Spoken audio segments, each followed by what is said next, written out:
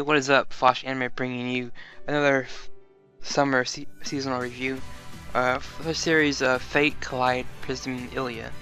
And this is basically a 10-episode series by Silverlink, who kind of does like a lot of random shows. This season they're doing Watsumote, so it's weird seeing them do an action series. Yeah, which I would classify as action. And yeah, the taglines for this series would be like it's a magical girl, but set in the like an alternate universe for Fate Zero, Fate Stay Night type of world.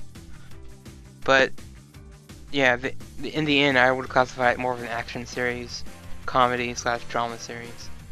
Even though there's obviously the magical girls, and that kind of does turn people away from this series. I would think, you know, because magical girls are usually it's gonna be a light and fluffy, cute girls doing cute things type of series. But if you get past that, you know, genre thing, you can find it's really fun. I mean, like I said, the comedy was one of the selling points for me. First episode we have you know, Rin, who's a big Fate Zero, Fate Stay Night character, who is a magical girl in the beginning, but she loses her power halfway through the first episode because her magical staff, which can actually talk and interact with her, sees that she's not fit for being a master anymore, so she leaves because she's tired of being abused by her. And she finds Illya, and basically they make a contract and all this, and she becomes a magical girl. And the main story is she's supposed to find these cards, which are the servants from the Fate world, which in this season we saw a Rider, Caster, Assassin, Saber, and Berserker at near the end of the episode series. So it was kind of nice seeing those little things kind of pop up.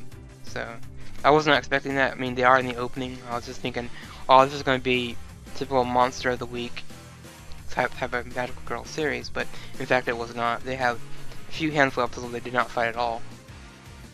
So, and speaking of the fighting in this series, the animation for those battles were just amazing to me. I loved watching when they fought Caster the first time. It was just, I don't know, it was awesome to me because we had Rin and Miyu, who's the second girl they introduced, and both of them together as a team just are really fun to watch.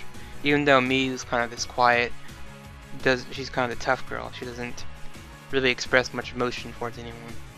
And while Illya is the complete opposite. She's very emotional, gets scared, and she freaks out all the time.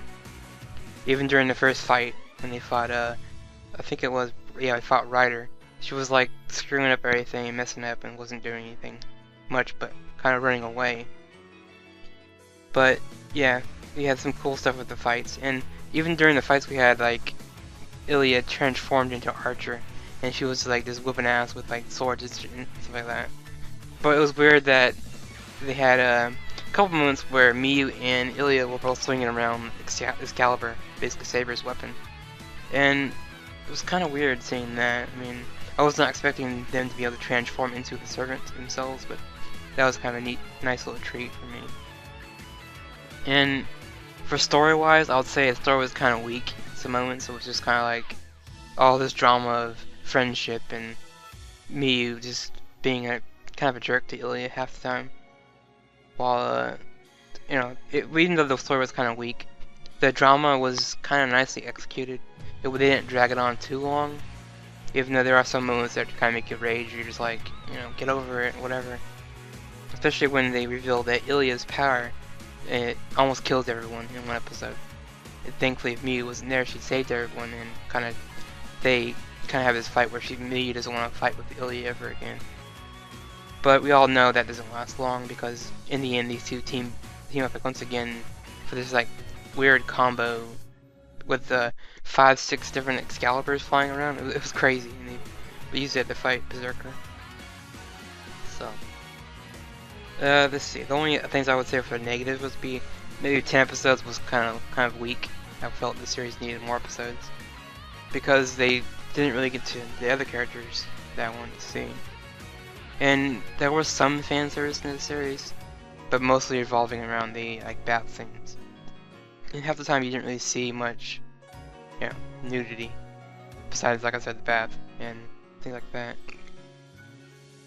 The other negative thing would be the school elements. They do have episodes where they're in the school doing stuff with other students, which I like the side characters. They just didn't really do anything for me, so I kind of think that was just kind of a waste of time, honestly, for me. But I guess you can't have them fighting all the time, which is fine with me. Now, there was a season 2 announced near the end, so I'm kind of excited about that. I'm hoping season 2 has more episodes, but we'll see what happens. They may want to stick with the 10 episode formula. And there is even a hint maybe of Gilgamesh might be in this second season, but I'm not sure if he's going to be like a normal human or like a kind of a mage like a Rin, which would be kind of interesting if they did something like that, or just make Gilgamesh as like the regular card character. But I don't know. We'll see how they do with that. And Waver was kind of in the season 2 or season 1 like character list, so I'm kind of wondering when is he gonna appear. So overall, we'll give the series maybe like a 7 out of 10. Because like I said, the fighting was cool, but the story and drama bits were kind of annoying for me. While the animation kind of gets the high points for me. So anyway, that's been my Fate Collider Prisma Illya review for season 1. Hopefully season 2 is longer and more entertaining. So see you guys next time for whatever I choose to review next. Peace.